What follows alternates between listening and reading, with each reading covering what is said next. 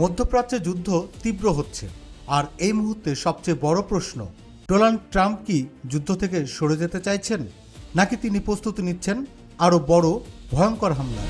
The United States military began major combat operations in Iran. একদিকে Trump বলছেন যুদ্ধ কমিয়ে আনা হতে পারে, অন্যদিকে ইরানকে 48 ঘন্টার আলটিমেটাম, হুমকি বিদ্যুৎ কেন্দ্র গুড়িয়ে দেওয়া হবে। এটা কি শান্তির বার্তা, নাকি যুদ্ধের আগে শেষ সতর্কতা? বাস্তবতা হলো ট্রাম্প এখন খেলছেন ডাবল গেম। একদিকে বিশ্বকে দেখাচ্ছেন তিনি শান্তি চান, অন্যদিকে মাঠে নামাচ্ছেন নতুন সেনা, যুদ্ধজাহাজ। এটা আসলে এক ধরনের চাপের কৌশল, যেখানে ভয় দেখিয়ে প্রতিপক্ষকে ভেঙে ফেলার চেষ্টা করা হয়।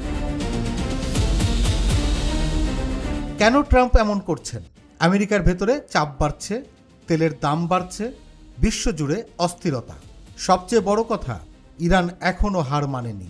তাই ট্রাম্প চাইছেন যুদ্ধ শেষ হোক, কিন্তু তার শর্তে। কিন্তু এই কৌশলই হতে পারে সবচেয়ে বিপজ্জনক। একটি ভুল সিদ্ধান্ত, একটি ভুল হামলা, পুরো মধ্যপ্রাচ্য জ্বলে উঠতে পারে, এমনকি বিশ্বযুদ্ধের দরজাও খুলে যেতে পারে। তাহলে ট্রাম্প কি পালাচ্ছেন? না, তিনি পালাচ্ছেন না। তিনি চাপ দিচ্ছেন এবং সুযোগ খুঁজছেন বড় আঘাতের। এখন প্রশ্ন একটাই, এই খেলা কোথায় গিয়ে থামবে? আপনার মতামত কি? কমেন্টে জানান। আর এমন বিশ্লেষণ পেতে সাবস্ক্রাইব করতে ভুলবেন না।